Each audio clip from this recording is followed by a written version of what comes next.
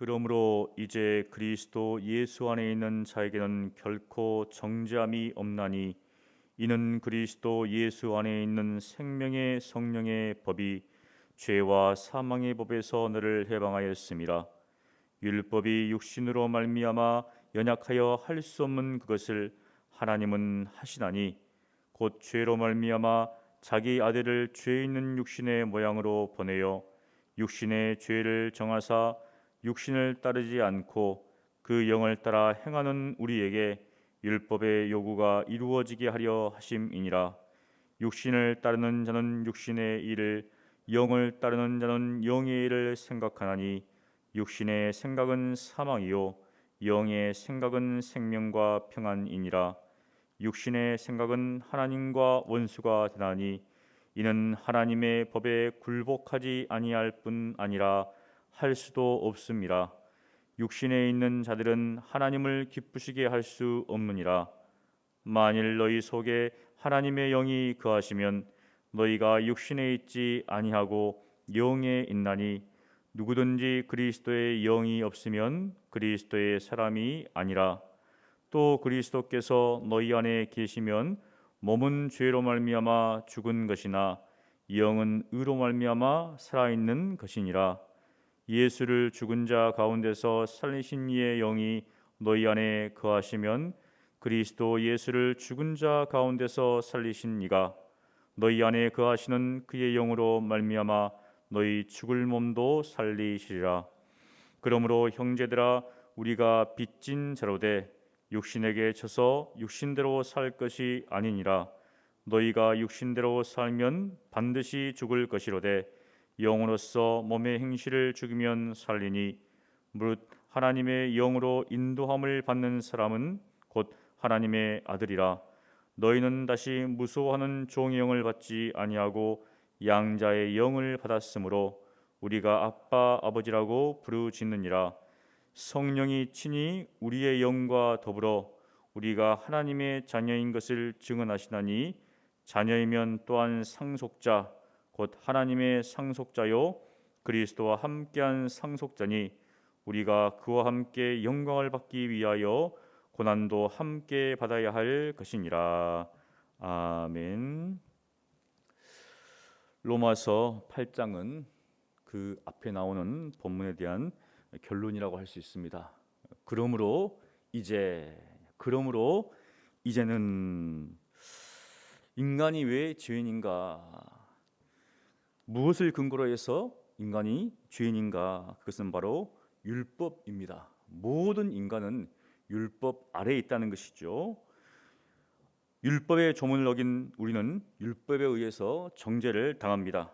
결혼한 여자가 남편이 살아있을 때 다른 남자에 가면 음녀다 이렇게 취급을 받습니다. 그런 것처럼 인간이 율법 아래에 있기 때문에 이 율법에 의해서 정죄를 당합니다.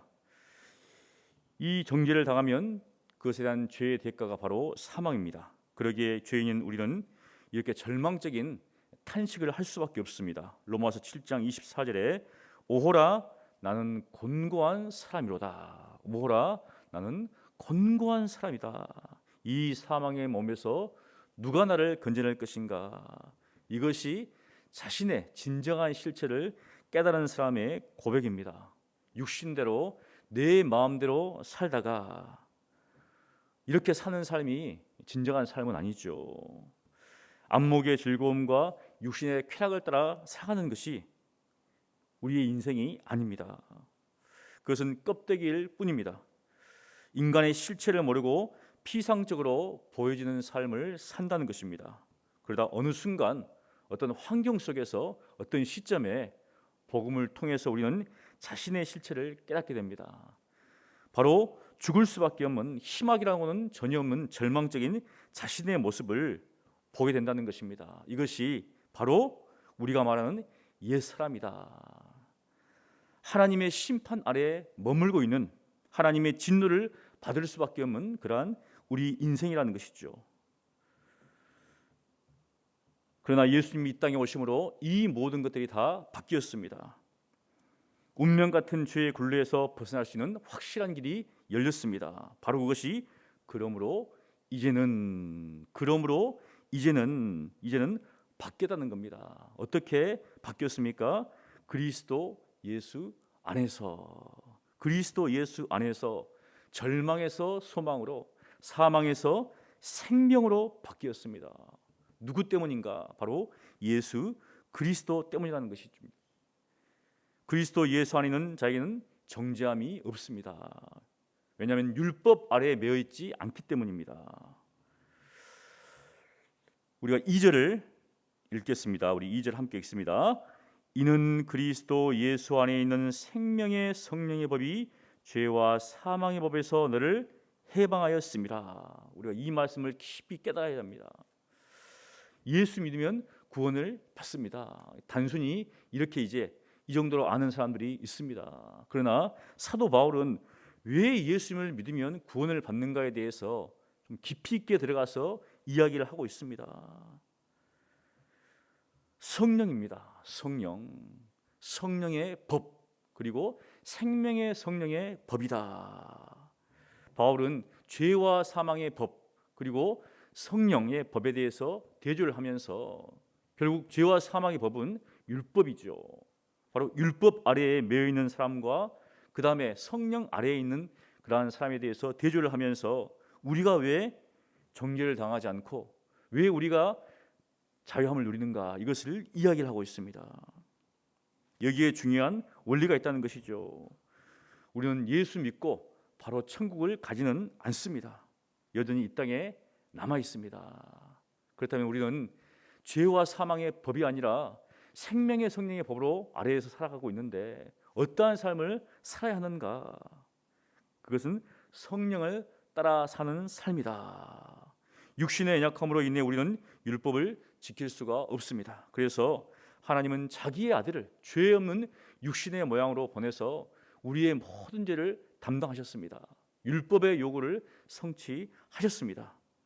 그러나 여전히 이 땅에는 육신을 따르는 사람들이 있습니다. 하지만 예수 믿는 우리는 육신을 따르지 않고 바로 성령의 법 아래에서 성령에 따라 살아가는 삶을 산다는 겁니다.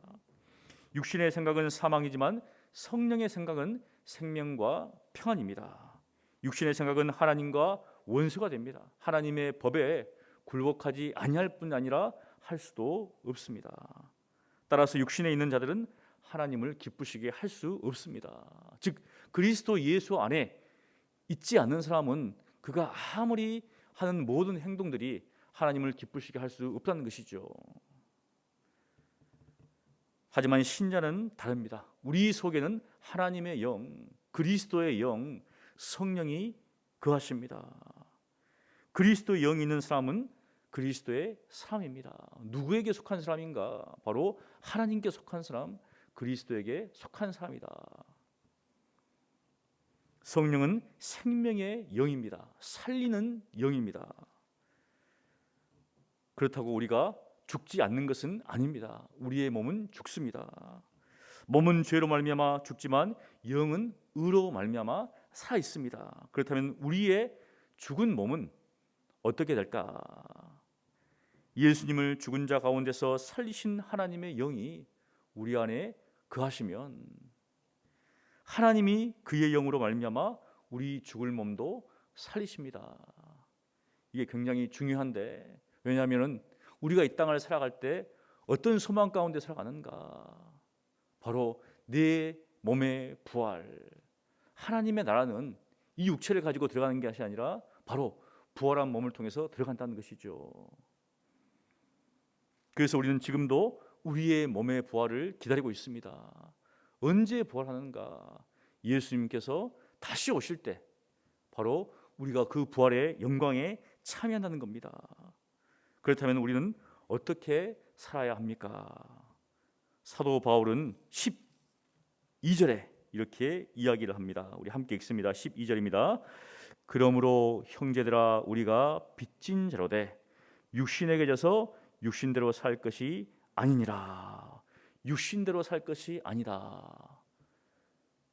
영으로서 몸의 행실을 죽이라. 이렇게 우리에게 명령하고 있습니다. 안목의 정욕, 육체의 정욕, 이생의 자랑, 이 모든 것들을 죽이면서 살아가는 것이 바로 신자의 삶입니다. 그것이 어떠한 삶인가? 바로 성령을 따라 살아가는 것이죠. 성령의 인도함 가운데 살아간다는 겁니다. 다른 말로 하면 하나님의 말씀, 성령의 조명하에서 하나님의 말씀에 순종하는 삶이 바로 신자의 삶입니다. 우리는 하나님의 영의 인도를 받습니다. 뿐만 아니라 바로 하나님의 영이 우리 안에 거하시죠. 그 하나님의 영을 따라서 살아간다는 것이죠. 우리는 종의 영이 아닌 양자의 영을 받았습니다. 바울은 앞서 우리와 예수님, 우리와 하나님에 대해서, 성령에 대해서 이야기를 했는데, 여기서는 바로 하나님과의 관계에 대해서 이야기합니다.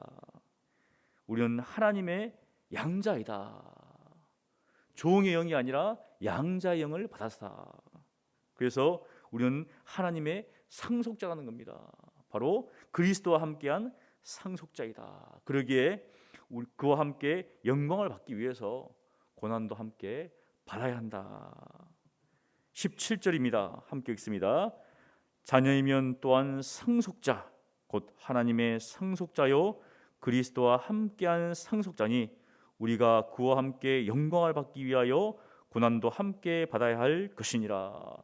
고난도 함께 받아야 할 것이다. 우리는 지금 그 영광을 바라보면서 이 땅을 살아가는데 중요한 것은 무엇인가?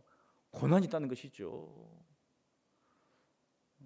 지금 시대에 우리에게는 예수 믿는다고 특별한 박해가 없습니다. 하지만 공산권이라든지 회계권에서는 여전히 예수 믿는 것으로 인하여서 극심한 박해가 있습니다. 사실 그러한 박해뿐만 아니라 사실 이 세속적인 세상 속에서는 우리에게 수많은 유혹과 시험이 있습니다. 하지만 예수 믿으면 사실은 많은 박해와 고난이 따른다는 것이죠. 그래서 18절에 생각하건대 현재 고난은 이 시대, 초대교회 시대에는 박해의 시대였습니다. 그래서 정말 고난이, 박해와 어려움이 피부에 와 닿는 것이죠. 하지만 그 고난이 장차 나타날 영광과 좋게 비교할 수가 없다. 그 영광의 무게와 지금 당하고 있는 이 고난의 무게가 저울을 올려보면 그 영광의 무게가 훨씬 더 크다는 것입니다. 무엇인가? 이런 고난과 어려움 속에서도 그 영광을 바라보면서 믿음의 사람들은 그 믿음을 굳건히 지키면서 살아갔다는 것입니다. 그렇다면 오늘을 사는 우리는 어때야 할까요? 우리에게는 특별한 고난이 없습니다. 여러 가지 삶의 무게가 있고 어려움들이 있을 수 있지만 이러한 극심한 박해는 없습니다. 그러함에도 불구하고 우리가 그 영광을 바라보지 못한다. 참으로 안타까운 현실입니다. 오늘은 성탄 주일 새벽입니다. 25일 날 주님께서 탄생하신 날을 우리가 기념하면서 성탄 감사 예배를 드립니다. 예수님께서 이 땅에 오실 때 어떠한 모습으로 오셨는가? 화려하고 영광의 모습으로 오셨는가? 아니면 비천하고 낮은 모습으로 오셨는가? 주님의 나심을 기억하면서 우리 예수 믿는 사람들이 어떠한 삶을 살아야 할 것인가? 어떠한 길을 걸어가야 할 것인가? 보이지 않는 그 영광을 바라보면서 이 보이는 세상에서 바로 주님의 길을 걸어가야 하는, 성령의 인도하심을 따라서 살아가는, 묵묵히 고난을 받으면서 그 길을 걸어가는, 그것이 우리의 신자의 삶이 아닌가. 그것이 바로 성령을 따라 살아가는 삶입니다. 이번 한 주간도 이 말씀을 기억하면서 성령의 인도하심 가운데 주님 다시 오심을 기억하며 믿음으로, 말씀으로 살아가시기를 간절히 축원합니다. 거룩하신 하나님 감사합니다. 하나님께서 죄와 사망의 법 아래에 있는 우리를 구원하여 주시고 이제는 생명의 성령의 법 아래에서 살게 하시니 감사합니다. 육신을 따라 살지 않고 성령을 따라 살게 하시니 감사합니다. 또한 죄의 종이 아니라 하나님의 양자의 영을 받은 우리가 하나님을 아버지라 부르면서 이 땅 가운데 하나님의 자녀로 살게 하시니 감사합니다. 우리 앞에 닥친 여러 가지 고난이 있다 할지라도 하나님의 그 영광을 바라보면서, 영광의 소망을 바라보면서, 우리의 몸의 부활을 기다리면서, 다시 오실 주님을 기다리면서 이 성탄 주일을 의미 있게 또 말씀을 묵상하며 걸어가는 우리가 되게 하여 주시옵소서. 살아계신 예수님 이름으로 기도합니다. 아멘.